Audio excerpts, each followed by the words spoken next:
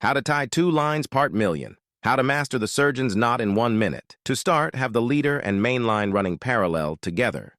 Make a sizable loop in the middle using both lines, and pinch together where they cross at the bottom. Now, whilst pinching, wrap both lines around for about 3 wraps. Here it is important to note the lines don't cross as you wrap them.